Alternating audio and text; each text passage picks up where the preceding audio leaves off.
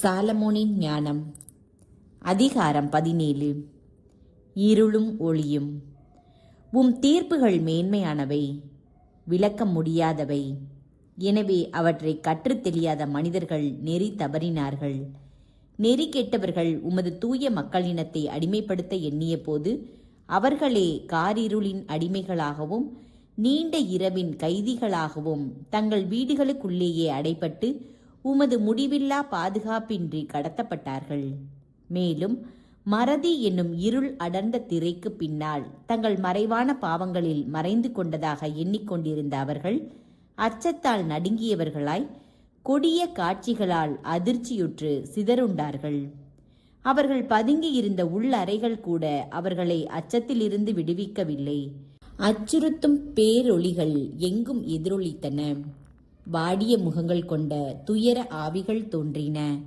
எந்த நெருப்பின் ஆற்றலாலும் ஒளி கொடுக்க இயலவில்லை. விண்மீன்களின் ஒளிமிகு கூடர்களாலும் இருள் சூழ்ந்த அவ்விரவை ஒளிர்விக்க முடியவில்லை. தானே பற்றி எரிந்து அச்சுறுத்தும் தீயை தவிர வேறு எதுவும் அவர்கள் முன்னால் தோன்றவில்லை. அவர்களோ நடுக்கமுற்று தாங்கள் காணாதவற்றை விட கண்டவையே தங்களை அச்சுறுத்துவன என்று உணர்ந்தார்கள். மந்திரவாத கலையின் மாயங்கள் தாழ்வுற்றன. அவர்கள் வீண் பெருமை பாராட்டிய ஞானம் வெறுப்புடன் கண்டிக்கப்பட்டது. நோயுற்ற உள்ளத்திலிருந்து அச்சத்தையும் குழப்பத்தையும் விரட்டியடிப்பதாக உறுதி கூறியவர்களே நகைப்புக்கிடமான அச்சத்தினால் நோயுற்றார்கள். தொல்லை தரக்கூடிய எதுவும் அவர்களை அச்சுறுத்தவில்லை எனினும் கடந்து செல்லும் விலங்குகளாலும் சீரும் பாம்புகளாலும் அவர்கள் நடுக்கமுற்றார்கள். எவ்வகையிலும் தவிர்க்க முடியாத காற்றை கூட ஏறிட்டு பார்க்க மறுத்து அச்ச நடுக்கத்தால் மாண்டார்கள். கயமை தன்னிலே கோழைத்தனமானது. தானே தனக்கு எதிராக சான்று பகர்கிறது.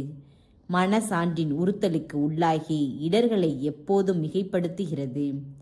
அச்சம் என்பது பகுத்தறிவின் துணையை கைவிடுவதே. உதவி கிடைக்கும் என்னும் எதிர்பார்ப்பு குன்றும் போது துன்பத்தின் காரணம் அறியாத நிலை உள்ளம் ஏற்றுக்கொள்கிறது. உண்மையிலேயே வலிமை சிறிதும் இல்லாததும் ஆற்றலற்ற கீழுலகின் ஆழத்திலிருந்து வந்து கவிழ்ந்ததுமான இரவு முழுவதும் அவர்கள் யாவரும் அமைதியற்ற உறக்கத்தில் ஆழ்ந்திருந்தார்கள். சில வேளைகளில் மாபெரும் பேயுருவங்கள் அடிக்கடி தோன்றி அவர்களை அச்சுறுத்தின. மற்றும் சில வேளைகளில் அவர்களது உள்ளம் ஊக்கம் குன்றி செயலற்று போயிற்று. ஏனெனில் எதிர்பாராத திடீர் அச்சம் அவர்களை கலங்கடித்தது. அங்கு இருந்த ஒவ்வொருவரும் கீழே விழுந்தனர். கம்பிகள் இல்லா சிறையில் அடைப்பட்டனர்.